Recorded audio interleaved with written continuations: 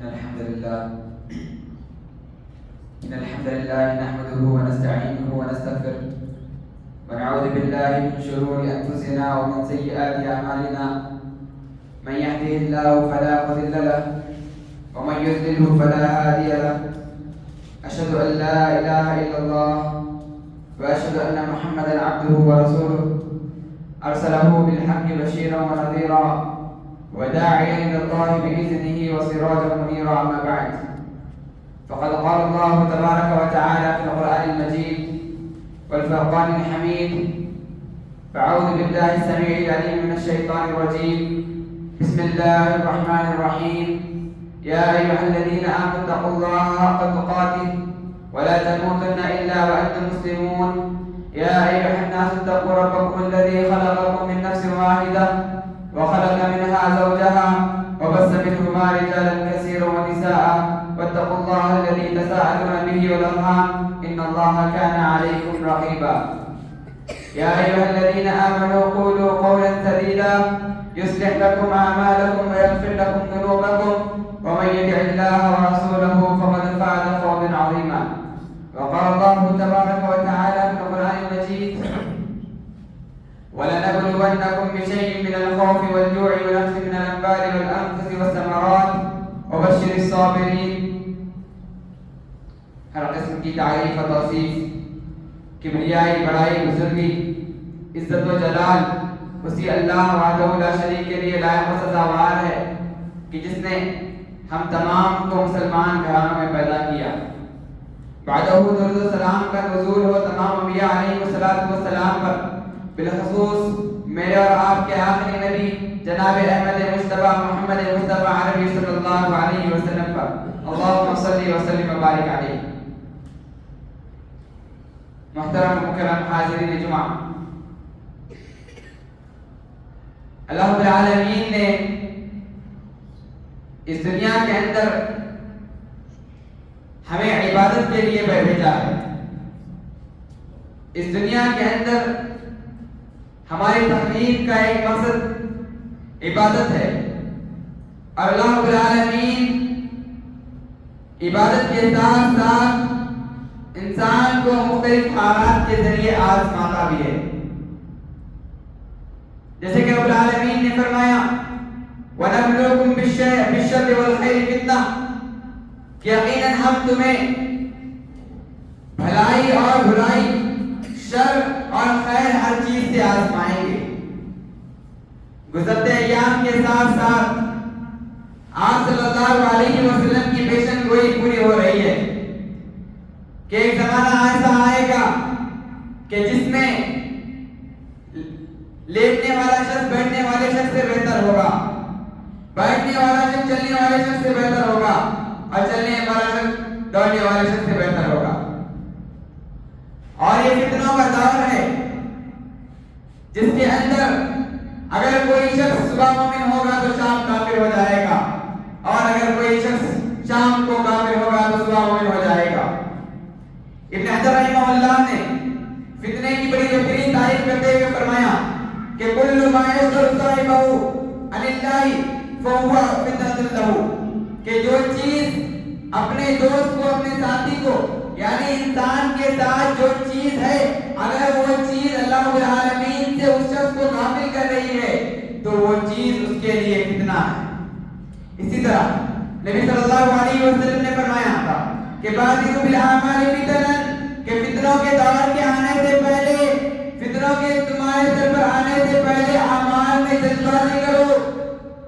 آگے اللہ کے نبی نے فرمایا کہ مثال اللیل المسلم یصبح الرجل مؤمنا ویمسی کافرا، کہ اگر کوئی شخص اس فتنوں کے دور میں صبح مومن ہوگا تو شام کافر ہو جائے گا، اور یمسی مومنا، اگر شام کو مومن ہوگا تو یصبح کافرا، صبح ہوتے ہوتے وہ شخص کافر ہو جائے گا. یبیع دینہ بعوض من الدنیا، اور دنیا کی چھوٹی معمولی رقم کی وجہ سے وہ اپنے دین کو بیچ دے گا. اللہ اکبر. یہ فتنے ہر طرح سے رب العالمین کی جانب سے آتے ہیں. اللہ رب العالمین کی جانب سے یہ فتنے جو آتے ہیں، اللہ رب العالمین نے اس کا حل بھی بتایا ہے. اس فتنوں کے دور میں اللہ رب العالمین نے، اللہ کے نبی نے فتنوں کے دور میں ایک مسلمان کا کیا کردار ہونا چاہیے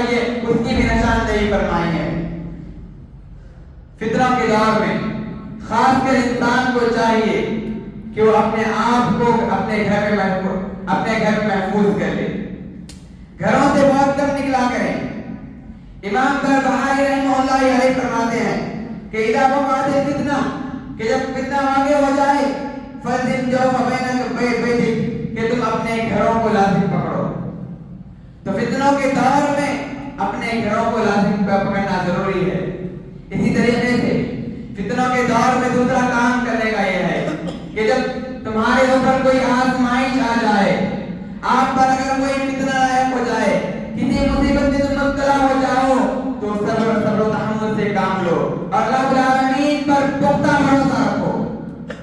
اللہ رب العالمین قرآن مجید میں فرماتا ہے سورۃ الانبیاء، وَلَنَبْلُوَنَّكُمْ بِشَيْءٍ مِّنَ الْخَوْفِ وَالْجُوعِ وَنَقْصٍ مِّنَ الْأَمْوَالِ وَالْأَنفُسِ وَالثَّمَرَاتِ، کہ یقیناً ہم تمہیں آزمائیں گے، یقیناً ہم تمہیں فتنے میں ملوث کریں گے۔ وَلَنَبْلُوَنَّكُمْ بِشَيْءٍ مِّنَ الْخَوْفِ، خوف کے ذریعے سے ہم تمہیں فتنے میں ملوث کریں گے، خوف کے ذریعے سے ہم تمہیں آزمائیں گے۔ والجوع، بھوک کے ذریعے سے آزمائیں گے، تمہیں بھوکا رکھ کر آزمائیں گے، تمہیں روزی نہ دے کر آزمائیں گے۔ وَلَنَبْلُوَنَّكُمْ بِشَيْءٍ مِّنَ الْخَوْفِ وَالْجُوعِ وَنَقْصٍ مِّنَ الْأَمْوَالِ وَالْأَنفُسِ وَالثَّمَرَاتِ، تمہارے مال کے اندر کمی بیشی کر کے، تمہارے اولاد کے اندر کمی بیشی کر کے ہم تمہیں آزمائیں گے، ہم تمہیں اولاد دے کر بھی آزمائیں گے، اولاد چھین کر بھی آزمائیں گے۔ وَنَقْصٍ مِّنَ الْأَمْوَالِ وَالْأَنفُسِ وَالثَّمَرَاتِ میں پھل دے کر بھی آزمائیں گے۔ لیکن اللہ رب العالمین نے آگے فرمایا اس حال بیان کرتے ہوئے کہ اگر ان آزمائشوں کے اندر، ان تمام فتنوں کے اندر اگر کوئی شخص صبر و تحمل سے کام لیتا ہے تو رب العالمین اس کے لیے جنت کی بشارت دیتا ہے۔ آگے فرمایا کہ وَبَشِّرِ الصَّابِرِينَ، صبر کرنے والوں کے لیے خوشخبریاں دے دو۔ تو یہ صبر کرنے والوں کے لیے اللہ کے نبی صلی اللہ علیہ وسلم نے خوشخبری دی ہے۔ اسی طریقے سے اللہ کے نبی صلی اللہ علیہ وسلم نے بھی فرمایا کہ ان السعید من جنب الفتن، یقیناً وہ شخص خوشبخت ہے جو فتنوں سے بچا لیا گیا۔ اللہ کے نبی صلی اللہ علیہ وسلم نے 3 مرتبہ فرمایا کہ وَإِنَّ السَّعِيدَ مَنْ جُنِبَ الْفِتَنِ، کہ جو شخص فتنوں سے بچا لیا گیا وہ شخص سعید ہے۔ آگے اللہ کے نبی نے فرمایا کہ اگر کوئی شخص فتنے میں مبتلا ہو جائے، وَمَنْ ابْتُلِيَ فَصَبَرَ، اگر کوئی شخص فتنے میں مبتلا ہو جائے تو اسے چاہیے کہ وہ صبر کرے۔ تو فتنوں کے دور میں اپنے آپ کو اللہ رب العالمین کے حوالے کر دے، اللہ رب العالمین کے لیے صبر کرے، اللہ رب العالمین پر پختہ بھروسہ رکھے۔ اسی طریقے سے فتنوں کے دور میں ایک اور چیز یہ ہے کہ جب خالی اوقات ہو تو خالی اوقات میں اللہ رب العالمین کی عبادت کریں۔ اور اللہ کے نبی علیہ السلام نے فتنوں کے دور میں خالی اوقات میں عبادت کو خصوصی طور پر عبادت کرنے کی تاکید کی ہے۔ اللہ کے نبی صلی اللہ علیہ وسلم نے فرمایا کہ عبادت فی الحج، یعنی فتنوں کے زمانے میں، فتنوں کے دور میں عبادت کرنا کہیں ہجرت کی گئی میری طرف ہجرت کرنے کے برابر ہے۔ اللہ اکبر۔ فتنوں کے دور میں عبادت کرنا اللہ کے نبی علیہ السلام کی طرف ہجرت کرنے کے برابر ہے۔ تو فارغ اوقات میں، اور انسان اکثر فارغ اوقات میں ہی فتنہ میں ملوث ہوتا ہے۔ خالی اوقات سے کیا کریں گے؟ موبائل کا فتنہ، ہاتھ میں وہ موبائل لے لیتے ہیں اور نہ جانے کتنے گھنٹے موبائل میں صرف کر دیتے ہیں۔ صبح ہوتی ہے، شام ہوتی ہے، میں آنا پتہ نہیں، بس ہم فحاشی کی چیزیں دیکھنے میں ملوث ہو جاتے ہیں۔ اسی طریقے سے فارغ اوقات کو غنیمت جاننے کی اللہ کے نبی نے ترغیب فرمائی۔ رب العالمین کے پیارے نبی علیہ السلام نے فرمایا کہ اے وطن خمسا قبل خمس، 5 چیزوں کو 5 چیزوں سے پہلے غنیمت جانو، 5 چیزوں کو 5 چیزوں سے پہلے غنیمت جانو۔ شبابک قبل حرمک، اپنی جوانی سے پہلے، اپنے بڑھاپے سے پہلے جوانی کو غنیمت جانو، اس وقت سے پہلے کہ جب تمہیں کرسیوں پر بیٹھ کے نماز پڑھنے کی توفیق ہو، تم اپنے سروں کو اللہ العالمین کے سامنے زمین پر رکھنے سے قاصر ہو جاؤ، اس وقت سے پہلے کہ تمہارے قدم مضبوطی سے، تمہارے قدم کمزور ہو جائے، اس وقت سے پہلے کہ تم تمام مصروفیات کو بالائے طاق رکھ کر اپنے گھر میں بیٹھ جاؤ، اس وقت سے پہلے کہ تمہارے سر کے بال سفید ہو جائیں،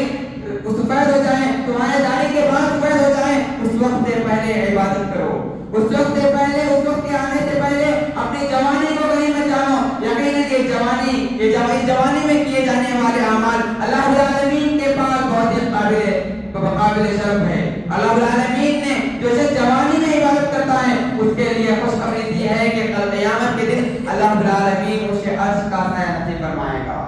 اسی طریقے سے آگے اللہ کے نبی صلی اللہ علیہ وسلم نے فرمایا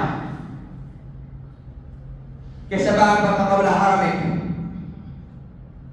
اسی طریقے سے تم اپنی بیماری کے آنے سے پہلے, تمہارے بیمار ہو جانے سے پہلے, وصحتک قبل سقمک, تم پر بیماری رب العالمین کے عائد کرنے سے پہلے صحت یابی کی حالت میں تم اللہ رب العالمین کی زیادہ سے زیادہ عبادت کرو. بیماری سے پہلے صحت کو غنیمت جانو. یقیناً جب انسان بیمار ہو جاتا ہے تو رب العالمین کی طرف لوٹتا ہے. جب انسان بیمار ہو جاتا ہے تو مدارس میں اور غریبوں میں مختلف جانوروں کو ذبح کر کے نذرانے پیش کیے جاتے ہیں. ایسا نہیں ہونا چاہیے. وصحتک قبل سقمک, تمہارے بیمار ہونے سے پہلے, تمہارے رب العالمین کے تم پر بیماری کے عائد کرنے سے پہلے رب العالمین کی طرف رجوع کر لو اور تمہاری صحت یابی کی حالت میں اللہ رب العالمین کے سامنے گر گراؤ اور عبادت کرو.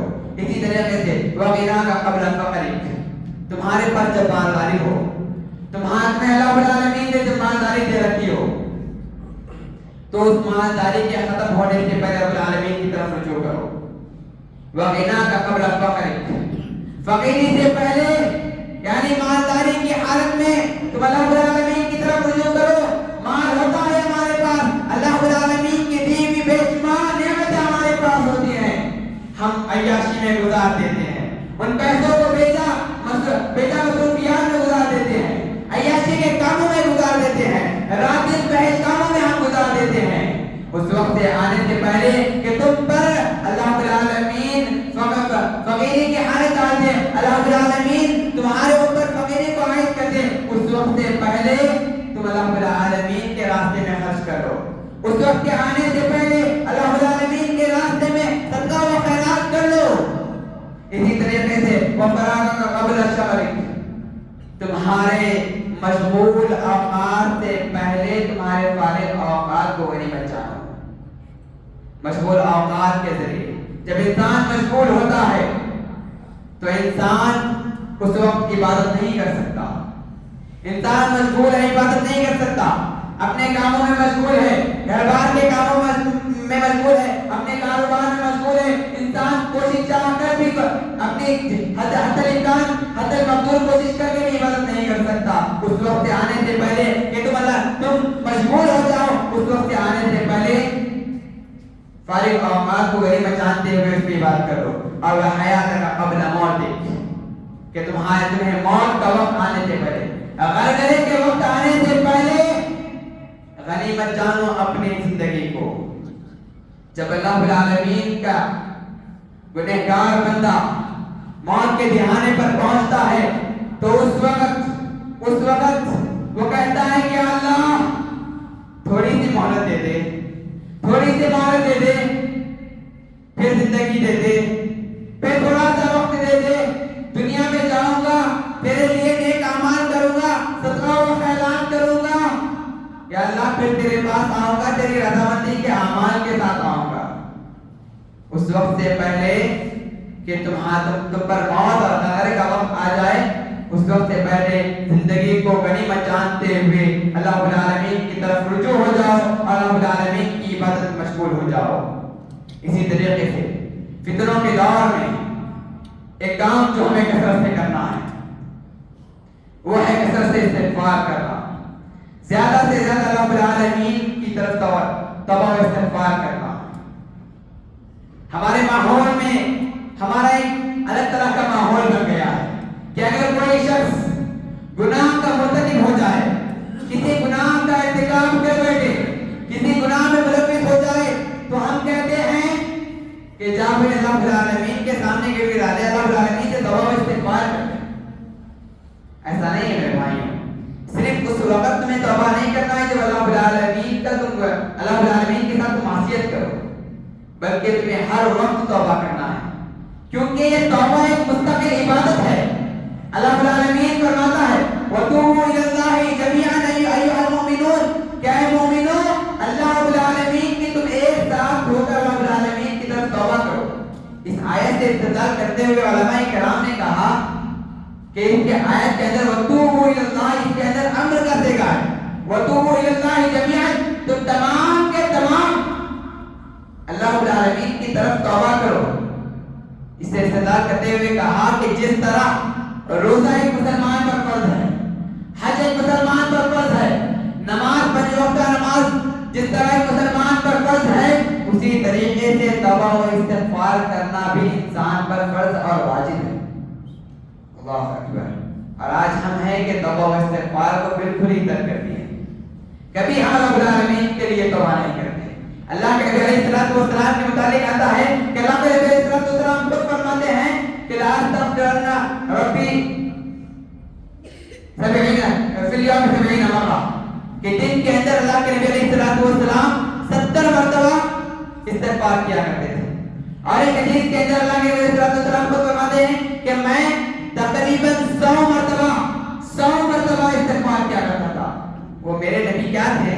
معصوم خطا ہیں, ان کے اگلے پچھلے تمام کے تمام گناہ معاف ہے, وہ امام الانبیاء سید الانبیاء ہیں, پھر بھی اللہ العالمین کے سامنے گر گرا رہے ہیں, اللہ العالمین کے سامنے اپنے ذاتوں کو طے کیے ہوئے ہیں, پھر بھی وہ دن میں 100 مرتبہ استغفار کر رہے ہیں. اللہ اکبر. تو سوچئے میرے بھائیوں, وہ نبی تھے, وہ نبی ہونے کے باوجود بھی استغفار کیا کرتے تھے. اور آج ہمیں کیا ہو گیا؟ آج ہم دن رات گناہوں میں ملوث ہوتے ہیں, ہمیں فرض نماز کے بعد کی دعائیں نصیب نہیں ہوتی, ہم نماز پڑھ کے سلام پھیرنے کے بعد ذکر و اذکار نہیں کرتے, اللہ اکبر استغفر اللہ استغفر اللہ استغفر اللہ, کچھ لوگ اتنا ہی کہتے ہیں چلے جاتے ہیں. سلام پھیرنے کے بعد مسجد کے اندر بیٹھو اور کئی دیر تک جتنی ہو سکے جتنا وقت ہو سکے اتنا وقت مسجد میں جس جگہ نماز پڑھے ہو اسی جگہ پر بیٹھ کر ذکر و اذکار کرتے رہا کرو. کیونکہ اللہ کے نبی نے فرمایا کہ جو شخص نماز پڑھنے کے بعد ذکر و اذکار میں ملوث ہو جاتا ہے, ذکر و اذکار میں لگ جاتا ہے, ایسے شخص کے لیے فرشتے دعائیں کرتے ہیں. اللہ اکبر. ایسے شخص کے لیے فرشتے دعائیں کرتے ہیں. اسی لیے میرے بھائیوں کوشش یہ کرو کہ فرض نماز کے بعد زیادہ سے زیادہ اللہ رب العالمین کے لیے ذکر و اذکار کرو. ذکر و اذکار کی وجہ سے فتنے دور ہو جاتے ہیں, اور خاص کر اللہ کے نبی نے فتنوں میں ذکر و اذکار کو لازم پکڑنے کا حکم دیا, کیونکہ اس امت کی خاصیت ہے کہ جب تک اللہ کے نبی علیہ السلام اس امت کے اندر تھے, جب تک آپ صلی اللہ علیہ وسلم اس دنیا کے اندر موجود تھے, اس امت پر کسی طرح کا عذاب اللہ رب العالمین نے نازل نہیں کیا. جب تک اللہ کے نبی تھے اس وقت تک کسی طرح کا خوف نہیں تھا کہ اللہ رب العالمین ایک عمومی عام طور پر تمام لوگوں پر عذاب کو بھیج دے. اور یہ بات جان لو کہ جب اللہ رب العالمین کا عذاب آتا ہے اس کے اندر مالدار, غریب, نیک, زاہد شخص بھی اس میں شمار ہو جاتا ہے, اس کے اندر معصیت گنہگار بھی ملوث ہو جاتا ہے. جب اللہ رب العالمین کا عذاب آتا ہے تو تمام لوگ اس میں ملوث ہو جاتے ہیں, تمام لوگ اس اللہ رب العالمین کے عذاب کے شکار ہو جاتے ہیں. لیکن اللہ کے نبی علیہ السلام اس دنیا سے رخصت ہو گئے, اس دنیا سے آپ صلی اللہ علیہ وسلم رخصت ہو گئے. اب ایک اور ہتھیار ہمارے پاس ہے, ایک اور ہتھیار ہمارے پاس ہے. اگر ہم چاہتے ہیں کہ ہم پر ایسا نہ آئے, ہم پر سیلاب نہ آئے, اللہ رب العالمین ہمارے اوپر عمومی طور پر عذاب کو نازل نہ کرے, تو ایک کام کریں, استغفار کو لازم پکڑیں, استغفار کو لازم پکڑیں. اٹھتے بیٹھتے اپنے کام میں مشغول ہوں تب بھی, اپنے تجارت میں مشغول ہوں تب بھی استغفار کو لازم پکڑیں. ایک سلف کا واقعہ ہے, تقریباً امام احمد بن حنبل رحمہ اللہ کا واقعہ ہے. وہ ایک کسی گاؤں میں گئے, پہلے دور میں مہمان نوازی کا سلسلہ چلتا تھا. جب وہ گاؤں میں گئے تو انہیں کوئی بھی شخص مہمان نوازی کے لیے اپنے گھر میں نہیں بلا رہا تھا. تو امام مالک رحمہ اللہ کے پاس ایک شخص آتا ہے اور اپنے ساتھ امام مالک رحمہ اللہ کو ساتھ لے چلتا ہے. چلیے جناب میرے گھر پہ آئیے. امام احمد بن حنبل رحمہ اللہ اس شخص کے گھر کو جاتے ہیں. وہ باہر کھان بھجا دیتا ہے اور کہتا ہے کہ آپ آرام کیجئے، میں روٹیاں بنا دیتا ہوں. وہ شخص امام احمد بن حنبل کو بٹھا کر اپنے کام میں مشغول ہو جاتا ہے. وہ نان بائی تھا، روٹیاں اس کا کام یہ تھا کہ روٹیاں بناتا تھا اور بیچتا تھا. وہ روٹیاں گھوننے لگا، وہ آٹا گھوننے لگا اور ساتھ میں استغفر اللہ پڑھتا رہا. وہ روٹیاں گھونتا ہے، روٹیاں بناتا رہتا ہے اور اسی طریقے سے روٹیوں کو بناتا ہے. اس کے بعد اس کے ساتھ ہی ساتھ استغفر اللہ کا ورد جاری رکھتا ہے. اس وقت امام احمد بن حنبل نے کہا کہ اے شخص جس نے میری مہمان نوازی کی، ذرا بتا یہ جو تو کام کر رہا ہے، روٹیاں بنا بھی رہا ہے، استغفر اللہ کا ورد کر بھی رہا ہے، رب العالمین سے استغفار بھی کر رہا ہے، اپنے کام میں مشغول بھی ہے، کیا کبھی اس کا تجھے کبھی فائدہ ہوا؟ کبھی اس کا کچھ تجھے فائدہ بھی ہوا؟ تو وہ شخص کہتا ہے اے مہمان صاحب، آپ مجھے سوال کر رہے ہیں کہ اس استغفار کا کبھی مجھے فائدہ ہوا کہ نہیں؟ کہ میں کہتا ہوں کہ میرے پاس پہننے کے لیے کپڑے نہیں تھے، میرے پاس سر کو چھپانے کے لیے گھر نہیں تھا، میرے پاس صحیح بستر نہیں تھا کہ میں رات کے اندھیرے میں اپنے جسم کو چھپا کر سو سکوں. ٹھنڈ کے موسم میں نہ میرے پاس بستر تھا، نہ صحیح سے لباس تھا، نہ جائیداد تھی. جب سے میں اس کام کو کر رہا ہوں اور ساتھ ہی استغفار کا ورد اپنی زبان سے ادا کر رہا ہوں، اس وقت سے لے کر آج تک الحمدللہ اللہ رب العالمین نے عالی شان مجھے گھر دیا. اللہ رب العالمین نے میرے لیے بے شمار نعمتیں دی ہے. اللہ رب العالمین نے میرے گھر میں میرے لیے اولاد دی ہے. اللہ رب العالمین نے بے شمار جائیداد میرے لیے عطا کر دی. استغفار کا فائدہ. تو اسی لیے میرے بھائیوں، جب بھی تم اپنے کاروبار میں مشغول ہو، اپنے مصروفیات میں ہو، اپنی زبان سے استغفر اللہ کا ورد جاری رکھو. آج بہت سارے لوگ شکایت کرتے ہیں کہ مولوی صاحب ہمارے گھروں میں برکت نہیں ہے، میرے کاروبار میں برکت نہیں، میرے پیسوں میں برکت نہیں ہے. اس کی وجہ کیا ہے؟ تم نے اللہ رب العالمین کے ذکر کو چھوڑ دیا، اللہ رب العالمین کے ذکر سے دوری اختیار کر لی. اللہ رب العالمین کیا کہتا ہے؟ اے بندے تو ایک قدم میری طرف بڑھ، ایک قدم بڑھ، میں 100 قدم تیرے قریب آؤں گا. تو تم ایک قدم بڑھانے کی کوشش تو کرو. میرا رب دینے کے لیے تیار ہے، میرا رب دینے کے لیے تیار ہے. تم کوشش کرو. تم دوست استغفار کا ایک اور فائدہ امام ابن قیم رحمہ اللہ اپنی کتاب میں ذکر کرتے ہیں کہ امام ابن تیمیہ رحمہ اللہ کے پاس ایک شخص آیا، کہنے لگا کہ میں زیادہ سے زیادہ استغفار کروں یا سبحان اللہ الحمدللہ اللہ اکبر تحلیل تکبیر تحمید کروں؟ تو امام احمد بن حنبل نے کہا کہ تمہارے پاس کپڑا ہے اور بہت زیادہ گندا ہے، اب تمہیں اسے پہننا ہے تو تم اسے دھلاؤ گے کہ تم اس پر عطر لگاؤ گے؟ تم اسے دھو گے یا اس پر عطر لگاؤ گے، خوشبو لگاؤ گے؟ اس شخص نے کہا کہ ظاہر سی بات ہے میں اسے دھلوں گا. تو اس وقت امام ابن تیمیہ رحمہ اللہ نے کہا کہ اسی طرح استغفار ہے. تمہارے جسم، تمہارا دل گناہوں سے پورا سیاہ ہو چکا ہے، تمہارا دل گناہوں کی وجہ سے کالا ہو چکا ہے، تو تم پہلے استغفار کرو، پہلے اپنے دل کو صاف کرو، پہلے اپنے نام اعمال سے گناہوں کو مٹاؤ، اس کے بعد عطر لگاؤ. یعنی استغفار کرنا یہ بمنزلہ صابون ہے. استغفار کرنا یہ صابون کے برابر ہے. جس طرح کپڑے کو صابن صاف کرتا ہے، اسی طریقے سے انسان کے دل سے جو سیاہی ہے، انسان کے دل میں جو معصیت کا گڑھ ہے، اس کے ذریعے سے استغفار کے ذریعے سے وہ سیاہ پن دور ہو جاتا ہے. تو یہ استغفار کا فائدہ ہوا. اسی لیے میرے بھائیوں، یہ فتنوں کا دور ہے، اس میں زیادہ سے زیادہ استغفار کرنے کی کوشش کریں. اسی طریقے سے فتنوں کے دور میں اللہ رب العالمین سے فتنے سے پرہیز کرنے کی، اس سے عیادت، اللہ رب العالمین اسے فتنوں کے دور میں اللہ رب العالمین سے پناہ طلب کریں کہ فتنوں سے ہم حضور رہیں۔ ایک مرتبہ زید بن ثابت رضی اللہ تعالیٰ عنہ سے روایت ہے، کہتے ہیں کہ آپ صلی اللہ علیہ وسلم نے فرمایا، صحابہ کرام بیٹھے ہوئے تھے، صحابہ کرام سے فرمایا کہ تعوذوا من الفتن ما ظہر منها وما بطن، کہ ظاہری اور باطنی فتنے سے اللہ رب العالمین کی پناہ طلب کرو۔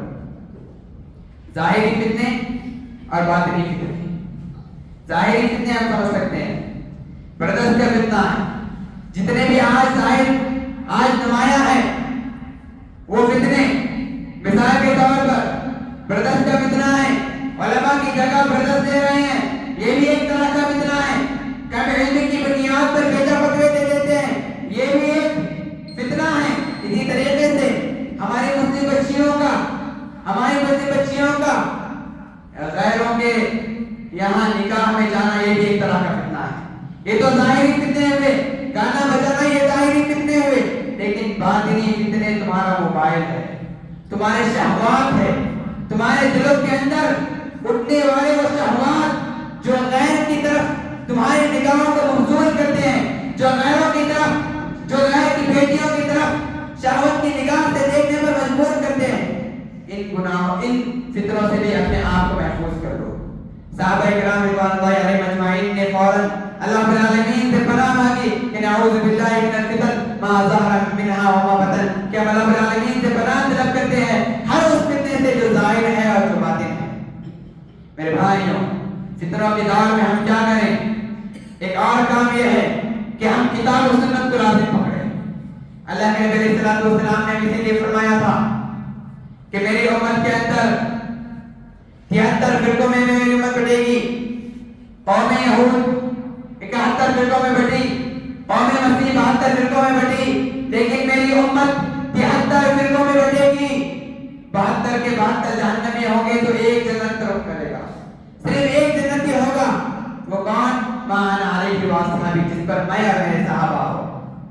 اللہ کے نبی نے صحابہ کرام خلفائے راشدین کی سنت کو مضبوطی سے تھامے رکھنے کا حکم دیتے ہوئے فرمایا کہ وعلیکم بسنتی وسنت الخلفائے الراشدین المہدیین، کہ تم پر میری اور میرے خلفائے راشدین کی، میرے صحابہ کرام کی پیروی کرنا، ان کے طریقے، ان کے سنت پر عمل کرنا واجب ہے۔ اگر تم ان کی سنتوں پر، میری سنت پر قائم و دائم رہو گے تو تم کامیاب ہو جاؤ گے۔ تو میرے بھائیوں، وقت گزرتا جا رہا ہے، باتیں بہت سی ہیں، بس اختصار کے ساتھ میں بولتا ہوں کہ فتنوں کے دور میں سب سے پہلے اپنے فارغ اوقات کو غنیمت جانتے ہوئے زیادہ سے زیادہ عبادت کریں، خصوصی طور پر عبادت کریں، اسی طریقے سے کثرت سے توبہ و استغفار کریں، اور فتنوں سے اللہ رب العالمین کی پناہ طلب کریں، اللہ رب العالمین سے پناہ طلب کریں، دن رات فتنوں سے اللہ رب العالمین کی پناہ طلب کریں، اور صبر و تحمل سے کام لیں، اللہ رب العالمین پر توکل رکھیں، مکمل توکل رکھیں، مضبوطی کے ساتھ۔ میرے ایک ساتھی نے آج بیان کیا، تقریباً دہلی کے اندر کچھ سالوں قبل بارش کی وجہ سے لوگ پریشان آتے، بارش نہیں ہو رہی تھی، اعلان کیا گیا کہ نماز استسقاء ادا کی جائے گی، تمام لوگ صبح ہونے کے بعد چل پڑے، نماز استسقاء ادا کرنے کے لیے چلے گئے۔ ایک چھوٹی معصوم سی بچی چھاتا لے کر نکلتی ہے، اس بچی سے ایک آدمی نے سوال کیا، بیٹا کہ تم چھاتا لے کر جا رہی ہو، اس وقت نہ دھوپ ہے نہ بارش ہے، بارش تو آ ہی نہیں رہی ہے، تم چھاتا کیوں لے کر نکل رہی ہو؟ اس بچی نے جواب دیا، اس بچی نے کیا خوبصورت جواب دیا کہ ہم نماز پڑھنے کے لیے جا رہے ہیں، نماز استسقاء ادا کرنے کے لیے جا رہے ہیں، ہم اللہ رب العالمین سے یہ دعا کرنے کے لیے جا رہے ہیں کہ اللہ رب العالمین بارش برسا، میں اس لیے چھاتا لے کر نکل رہی ہوں کہ اگر جب ہم نماز پڑھ کر واپس لوٹیں گے تو ہم بھیگ نہ جائیں۔ اتنا کہنا تھا کہ اللہ رب العالمین نے آسمان سے بارش برسا صدقہ بھی لوگوں نے ادا نہیں کیا، بس اس بچے کے توکل کی وجہ سے، اللہ رب العالمین کے بھروسے کی وجہ سے. تو رب العالمین پر پختہ یقین رکھے، پختہ یقین رکھے کہ رب العالمین ہمیں فتنوں سے محفوظ رکھے گا. تو خلاصۃ القول یہی ہے کہ اپنے آپ کو فتنوں سے بچانے کے لیے ہر طرح کی عبادات میں مشغول ہو جائیں. رب العالمین سے دعا کرتا ہوں کہ رب العالمین ہماری ہر ظاہر و باطن فتنے سے ہماری حفاظت فرمائے. آمین. یا رب العالمین ہمیں سے جو لوگ پریشان حال ہیں، مصیبت زدہ ہیں، یا رب العالمین انہیں مصیبتوں سے دور کر دے. یا رب العالمین جو لوگ مقروض ہیں، رب العالمین ان کے قرض کو دور کر دے. یا رب العالمین جو لوگ بیمار ہیں، رب العالمین انہیں بیماریوں سے شفا یابی عطا فرما. آمین ثم آمین. وآخر دعوانا ان الحمد للہ رب العالمین.